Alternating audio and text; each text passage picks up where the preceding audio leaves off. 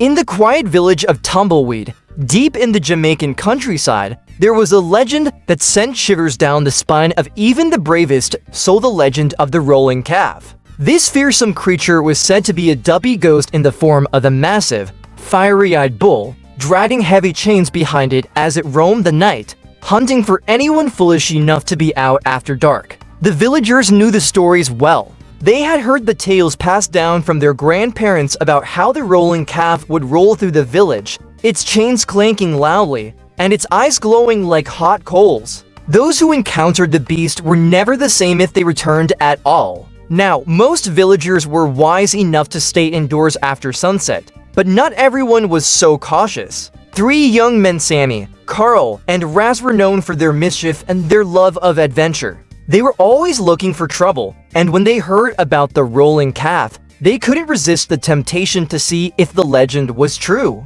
One night, after a lively game of dominoes at Miss Myrtle's shop, Sammy leaned in close to his friends and whispered, "You know what me hear? Me hear the rolling calf is real, and it only come out when the moon is full." Carl, who was always up for a challenge, grinned. "So what you saying, Sammy? You want to go looking for it?" Raz, the most superstitious of the 3, shook his head furiously. "No way, boy! Me not going near no rolling calf. Me granny always say if you hear D chains, you better run for your life." But Sammy and Carl wouldn't be swayed. They teased and taunted Raz until he finally gave in, though his knees were already shaking at the thought. "Alright, me come with you, but if me see anything, me gone." The 3 friends set off down the dirt road, the full moon casting long shadows across the fields. As they walked, they tried to keep their spirits high, cracking jokes and telling stories, but there was an uneasy tension in the air. "You think the rolling calf real?" Carl asked, trying to sound nonchalant. "Me don't know," Sammy replied, shrugging, "but we soon find out." They walked for what felt like hours, the village fading behind them as they ventured deeper into the countryside. The road grew darker, the trees thicker, and the sounds of the night louder. Suddenly, Raz stopped in his tracks. "You hear that?" he whispered, his eyes wide with fear.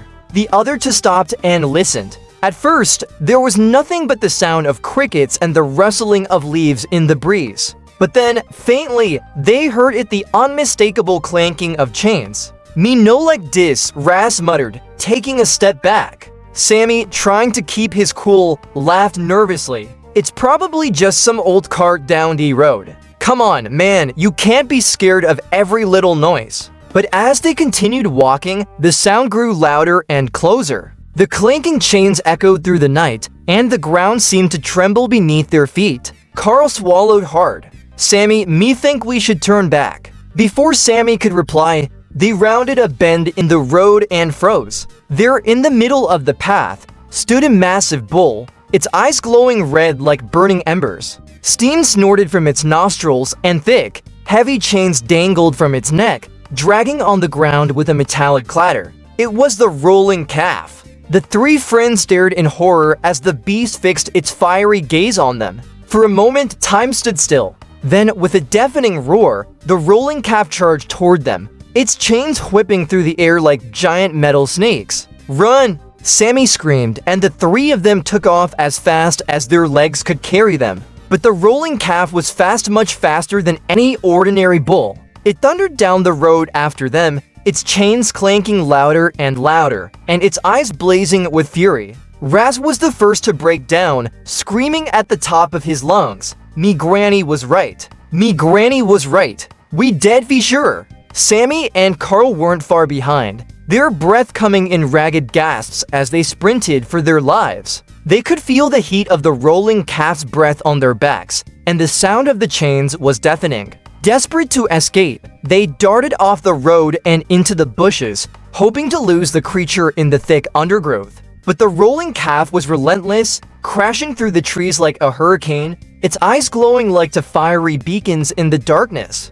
Just when it seemed like all hope was lost, Sammy remembered something his grandfather had told him long ago. If you ever meet the rolling calf, his grandfather had said, "Throw you hat on the ground and shout Duppy, me give you this fee pass. And then run like you never run before." With no other options left, Sammy ripped off his hat and threw it on the ground. "Duppy, me give you dis fee pass," he yelled at the top of his lungs. To his amazement, the rolling calf skidded to a halt, its eyes narrowing as it stared at the hat. For a moment, the beast seemed confused, as if it was trying to decide whether to chase the boys or take the offering. But before it could make up its mind, the hat burst into flames, and the rolling calf let out an ear-splitting bellow. With a final snort, the creature turned and bolted back down the road, disappearing into the night with its chains clanking wildly behind it. The three friends collapsed on the ground, gasping for breath and laughing hysterically with relief. "Me can't believe that worked," Sammy wheezed, wiping the sweat from his brow. Ras, still trembling from head to toe, shook his head. "Me not leaving me house at night ever again. Me granny was right." Carl, who had lost both his shoes in the chaos, grinned. "Boy, that was the scariest thing me ever see. But me have to say, it was kind of fun too." The next morning, the three friends returned to the village, where they were hailed as heroes for surviving an encounter with the legendary rolling calf. They told their story to anyone who would listen, and the villagers couldn't stop laughing at the thought of the three mischief makers running from the Duppy bull. From that day on, the village had a newfound respect for the old legends, and no one ventured out after dark without a hat to throw down in case they met the rolling calf. As for Sammy, Carl, and Ras, they learned that some adventures are better left to the imagination, and that when it comes to Jamaican folklore, it's always best to listen to your granny. And so, the legend of the rolling calf lived on, a reminder to the villagers that sometimes the scariest things in life are the ones that teach us the most and give us the best stories to tell.